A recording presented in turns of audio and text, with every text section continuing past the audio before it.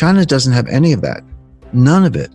There's no significant Chinese bond market. They don't have the infrastructure of banks and dealers I described. They don't have the physical infrastructure. And most of all, they don't have a rule of law. You can't trust the Chinese as far as you can throw them.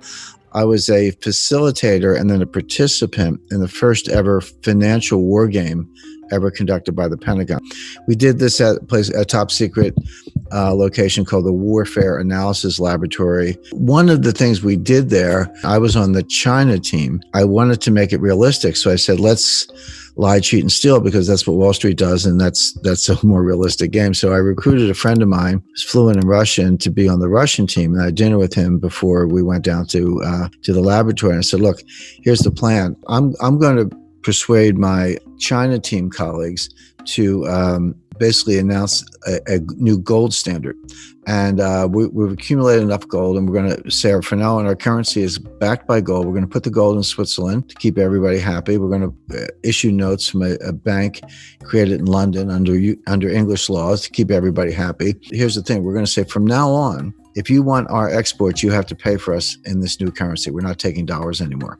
And furthermore, and if you want some of this new currency, you can deposit your gold in Switzerland and the bank will issue you some currency, so you're in the system.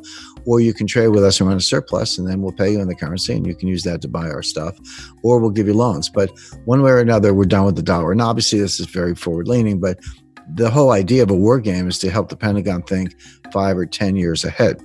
So the first thing that happened when you go to your embassy or conclave, you come out and you stand up at the podium, you announce your plans, and then everybody reacts and it's discussed, et cetera. The first thing that happened is there was a group. So we had the red team, the yellow team, the blue team, as the case may be, and they're all different countries or areas. But there's a white team, which are the referees. They decide what you did. And the first thing they did when we announced the gold move, they ruled it as an illegal move. They said, no, that's not in any of our scenarios. You can't do that. And I stood up, and about 100 people in the room. There's 3-star generals, CIA, FBI. I said, wait a minute. I said, this is a war. There are no illegal moves in a war. The whole idea is to be out of the box or live in a world where there are no boxes. That's what we're doing here. So they agreed. They said, okay, we think it's a really dumb idea, but we'll let you do it. Well, over the course of 2 days, it accelerated and gathered momentum. At the end of it, Russia got PowerPoints. Okay, so this was 2009. Within 10 years, so what facts happened? Within 10 years, Russia tripled its gold reserves. Last week, the dollar value of Russia's gold exceeded the dollar value of its treasury securities. They have 20% of their reserves in gold, and the value of their gold is more than the value of the U.S. treasury securities. They're dumping treasuries, buying gold. Exactly what we warned the Pentagon about 10 years ago. And here it is, and China has more than tripled its reserves. So we're not there yet, but we're moving to some kind of gold-backed world. But the point is, that was all in the war game. That's all in the book. And I made one other point. I said, currency wars don't happen all the time. They might only happen twice in a century. But when they happen, they can last for 10 or 15 years. That's how long it takes to sort out.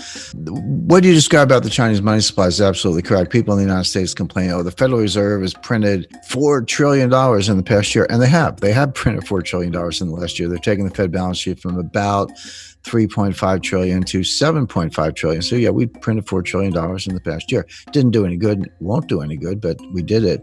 But Chinese money supply is even larger and growing faster. Now, I don't want to get into the weeds on China's internal monetary policy. I could, except to say that they're grossly over-leveraged. The economy is investment-driven, not consumption-driven. They're about 45% investment. The U.S. is about 25% investment. So that gives you some idea of how investment is to the Chinese, which is actually okay if you're investing in productive assets that pay the way. They're not. They're wasting the money. I've been to China many times, been going back and forth there for 35 years. I've been out in the countryside. I don't just stick to the hotel lobby in Beijing. I got mud on my boots visiting these ghost cities. And so each ghost city, there are a bunch of them, actually seven. Imagine building 7 cities. That's what I saw. And so they got 1 or 2 skyscrapers, and they got mixed use, and they got retail shopping, a country club, a hotel, a golf course, a pond, highway stops, airport, etc. And it's all empty. I mean, it's just all empty. Shiny new construction, some of it still under construction, all empty. So I said to the communists, I said, what are you guys doing here? I mean, nobody's here. So, oh, don't worry. People will be coming from the countryside and they will be populating these cities. And I said, when? I said, no one's coming. And besides that, you've already drained the countryside. That already happened. But I said, you cannot mothball a building. It's not like some old clothes. I mean, the way a building maintains itself, it gets occupied and there's maintenance and people fix it and all that. I visited, I used to travel a lot in Central Africa in the early 80s. Zaire at the time, today it's the Congo. I was in Kinshasa, but it was right after the 70s commodities boom. And they took the money, of course they wasted it, and they built these skyscrapers in Kinshasa, which is like a swampy, scary, funky, city. But there's a skyscraper, but the windows are falling out and there were rust stains running down the side and the elevators were broken. So it might have looked nice the day they built it, but it was never really used. And now it was literally, when I was there, it wasn't that much later after they built it, it was falling apart. So that's going to happen in China. My point being, if you apply, generally accepted accounting principles to their investment account, you would write it off the day they open the building because nobody's there. It's not worth anything. So they're wasting the money. They're over leveraged. They're overprinted. However, none of that has anything to do with the status of the Chinese yuan as a global reserve currency. The yuan is not a reserve currency. It will not be, probably in my lifetime, maybe never. And I'll tell you why. Because a lot of people don't understand what a reserve currency really is. You get a report from the IMF and it says, 60% of global reserves are in dollars, which is true, and about 25% are in euros, which is true. So 85% of global reserves are in dollars or euro, which means the only meaningful exchange rate in the world is the euro-US dollar cross rate. Everything else is working around the edges. You got some sterling and yen and Swiss francs and a couple other things. Aussie dollar is tiny, believe it or not, good currency, but not a big part of it. And China's like this kind of invisible 1% sliced down at the bottom. And China has $1.4 trillion in its reserves. But here's the point. It's not as if they have pallets of $100 bills stacked up in the basement of the People's Bank of China. They don't. You invest in securities. In other words, they're dollar-denominated securities. So it's not actually dollars. They're treasury bills, notes, and bonds denominated in dollars. So the thing that makes a reserve currency is not the currency, it's the bond market. You need something to invest in. Again, so you need a liquid bond market with different maturities, different interest rates. You need dealers, you need auctions, you need payment and clearance systems, you need repo or repurchase agreements, futures, options, when issued trading, custodians. The rule of law, there's a whole massive infrastructure, which we started working on when Alexander Hamilton was, advising George Washington, and we've been doing it ever since. And others, Bank of England has done the same. China doesn't have any of that, none of it.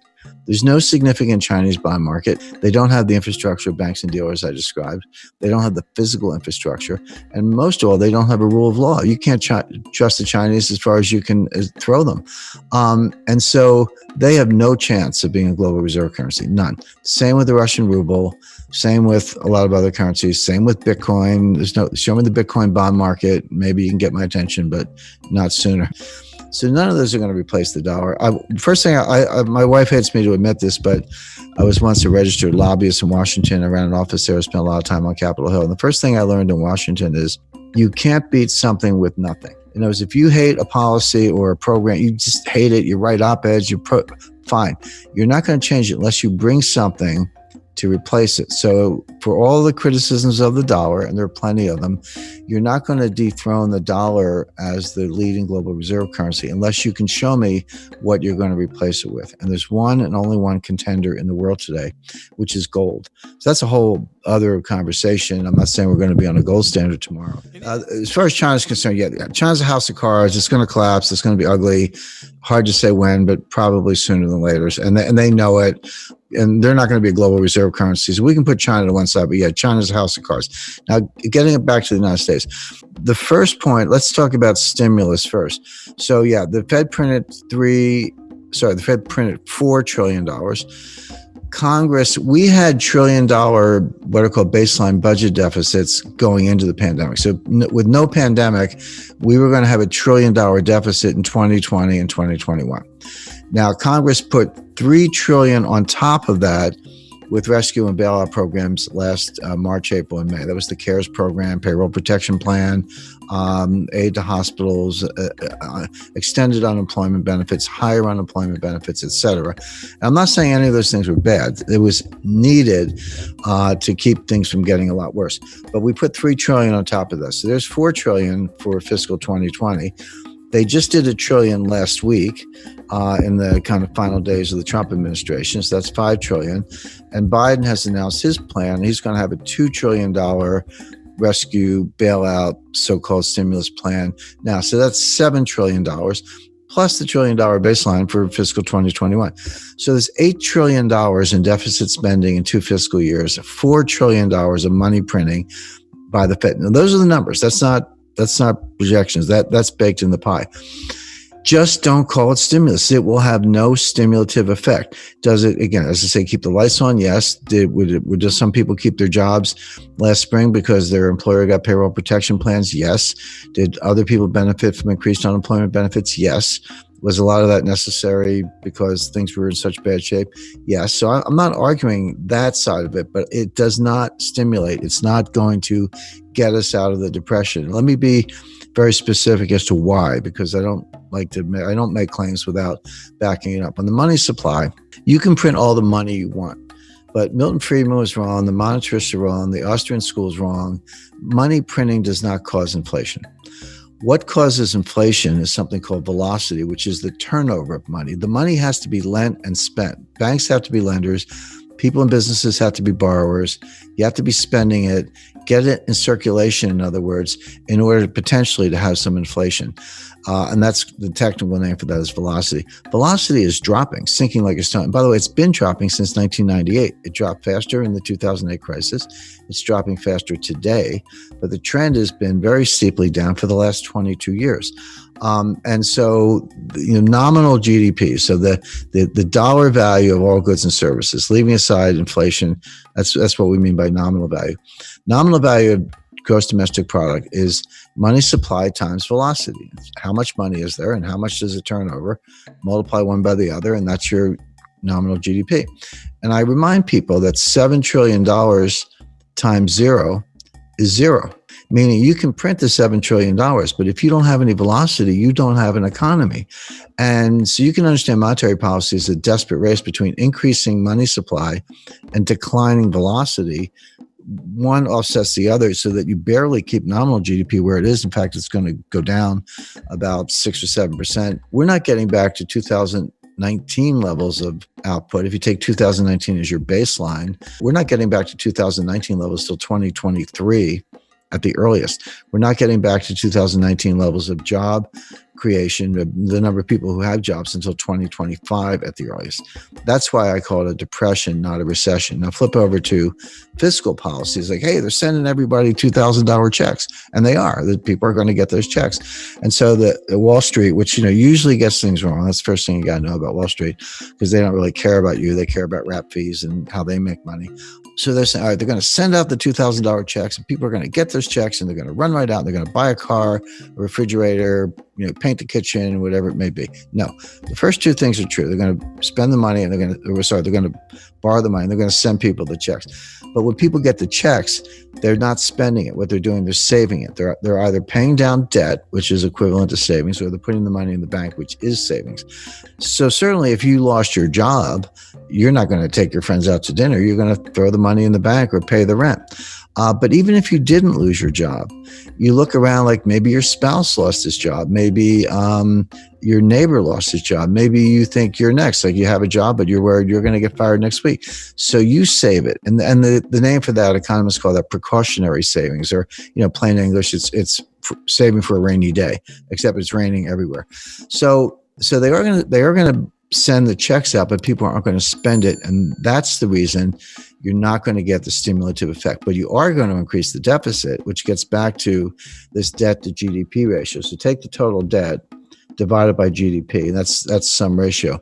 The research is very convincing, very clear. A number of studies show this, that up to about 90%, so 90% debt to GDP, you get a little bit of something called a Keynesian multiplier, meaning you borrow $1, you spend $1, and you get $1.10 of GDP, or you get $1.05 of GDP. And it works maybe temporarily, but it works when people won't spend the money the government can. That's the idea. But when the debt to GDP ratio goes above 90%, that's what physicists call a critical threshold or a phase transition. Now you're through the looking glass.